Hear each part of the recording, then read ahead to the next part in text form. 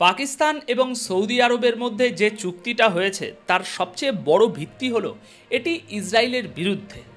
এটা তো পরিষ্কার যে ইসরায়েল আজকাল খুব দাপিয়ে বেড়াচ্ছে, চারিদিকে ধ্বংসলীলা চালাচ্ছে, গ্রেটার ইসরায়েল বানানোর চেষ্টা করছে, আরও অনেক কিছু করছে। এখন এরকম একটা পরিস্থিতিতে সবচেয়ে অবাক করার মতো বিষয় হলো পাকিস্তান আর সৌদি আরবের মধ্যে এত বড় একটা চুক্তি হয়ে গেল, অথচ ইসরায়েল একদম চুপ। সাধারণত এমনটা হয় না যে ইসরায়েল এরকম একটা ব্যাপারে চুপ থাকবে। তারা সবসময় বড় বড় কথা বলে। তারা তো পাকিস্তানকে সন্ত্রাসবাদী রাষ্ট্রও বলে থাকে, এটা আপনারা জানেন। আর একটা কথা মাথায় রাখবেন, একসময় সৌদি আরব কিন্তু ইসরায়েলকে স্বীকৃতি দিতে চেয়েছিল, কিন্তু তখন সৌদি আরব শর্ত রেখেছিল যে আগে ইসরায়েলকে ফিলিস্তিনকে স্বীকৃতি দিতে হবে, একটি স্বাধীন ফিলিস্তিনি রাষ্ট্র প্রতিষ্ঠা করতে হবে এবং 1967 সালের সীমানায় ফিরে যেতে হবে। এগুলো মোহাম্মদ বিন সালমানের অত্যন্ত বলিষ্ঠ কিছু পদক্ষেপ ছিল। কিন্তু এখন কি হয়েছে? ইসরায়েল একেবারে চুপ। এবার শুনুন, এই নীরবতার পিছনে যে ঝড়টা উঠছে সেটা কি। এই দৃশ্যগুলো দেখুন যা আপনার স্ক্রিনে চলছে, এগুলো অত্যন্ত অবাক করে দেওয়ার মতো দৃশ্য। যেমনি পাকিস্তান এবং সৌদি আরবের মধ্যে চুক্তিটা হলো, তার ঠিক পরেই সঙ্গে সঙ্গে ইসরায়েল তাদের লেজার ডিফেন্স সিস্টেম চালু করে দিল। ভাবুন একবার, এমন নয় যে ইসরায়েল এই সিস্টেমটা একদিনেই বানিয়ে ফেলেছে, এটা বানাতে তাদের বহু বছর সময় লেগেছে। কিন্তু যেই পাকিস্তান আর সৌদি আরবের মধ্যে চুক্তিটা হলো, সঙ্গে সঙ্গে এই লেজার সিস্টেমটা অপারেশনাল হয়ে গেল, অর্থাৎ এটাকে এখন মোতায়েন করে দেওয়া হয়েছে যুদ্ধ ময়দানে। এখন প্রশ্ন হলো, এটা কি কাজ করে? দেখুন, এটা স্বাভাবিকভাবেই ড্রোন, শর্ট রেঞ্জ মিসাইল এবং আরও অনেক কিছুকে ধ্বংস করতে পারে নিমেষেই।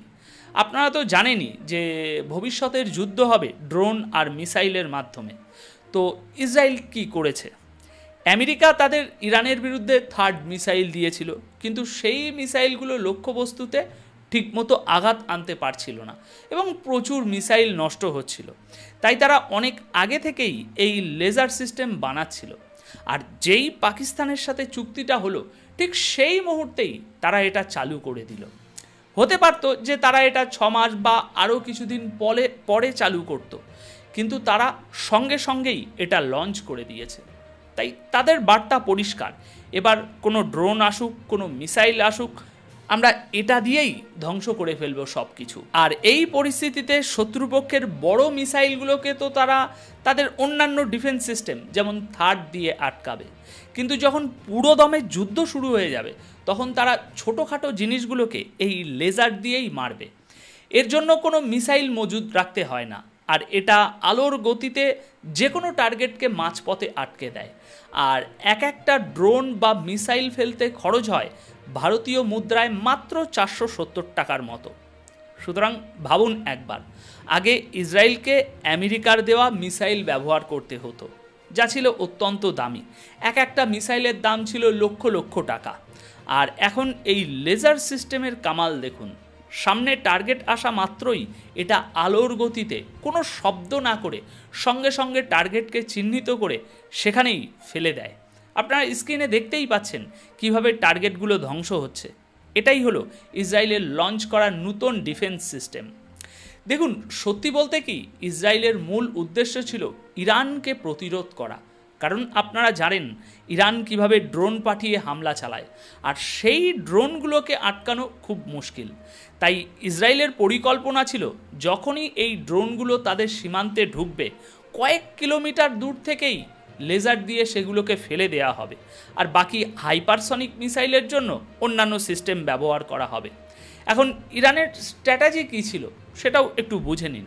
ইরানের স্ট্র্যাটেজি ছিল তারা প্রথমে ছোট ছোট ড্রোন আর মিসাইল পাঠিয়ে ডিফেন্স সিস্টেমকে ব্যস্ত করে দিত।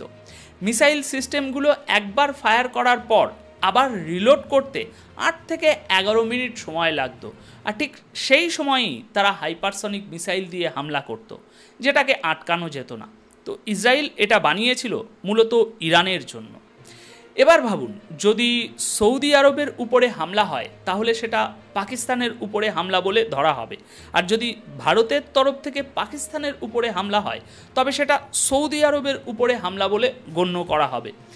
তাই এটা ভারত এবং ইসরায়েল দুজনের জন্যই একটা বিরাট বড় ধাক্কা।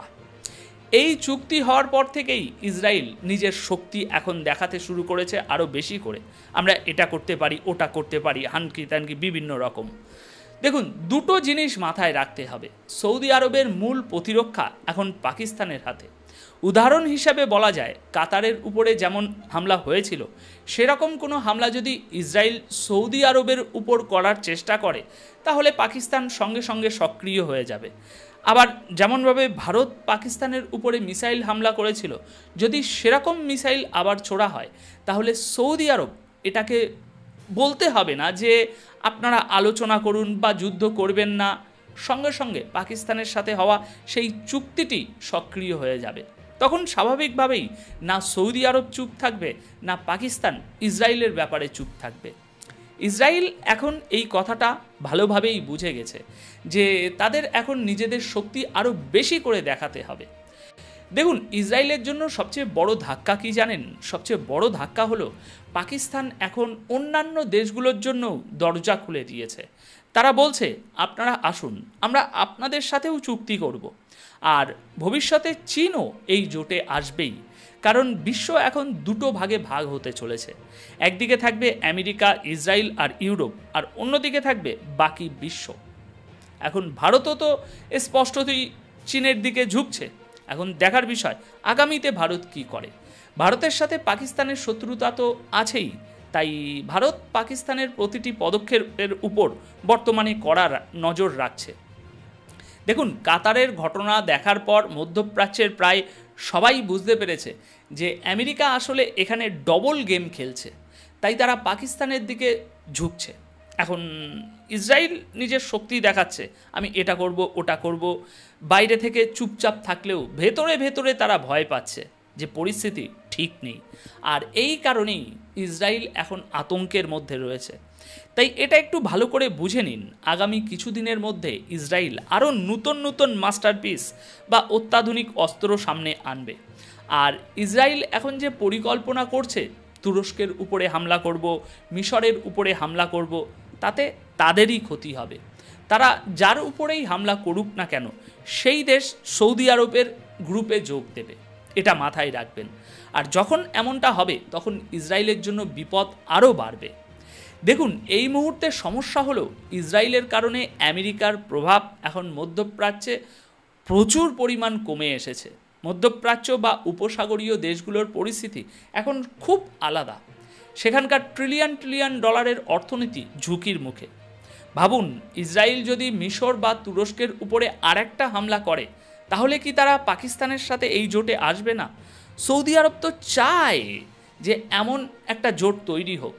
কাল যদি তুরস্ক বা কাতার বলে যে আমরাও এই গ্রুপে যোগ দেব, তাহলে ভাবুন তো এই জোট কতটা শক্তিশালী হয়ে উঠবে। আর এই পুরো পরিস্থিতি ইসরায়েল একা সামলাতে পারবে না। যখন শুধু ইরান হামলা শুরু করেছিল তাতেই তাদের কি অবস্থা হয়েছিল ভেবে দেখুন।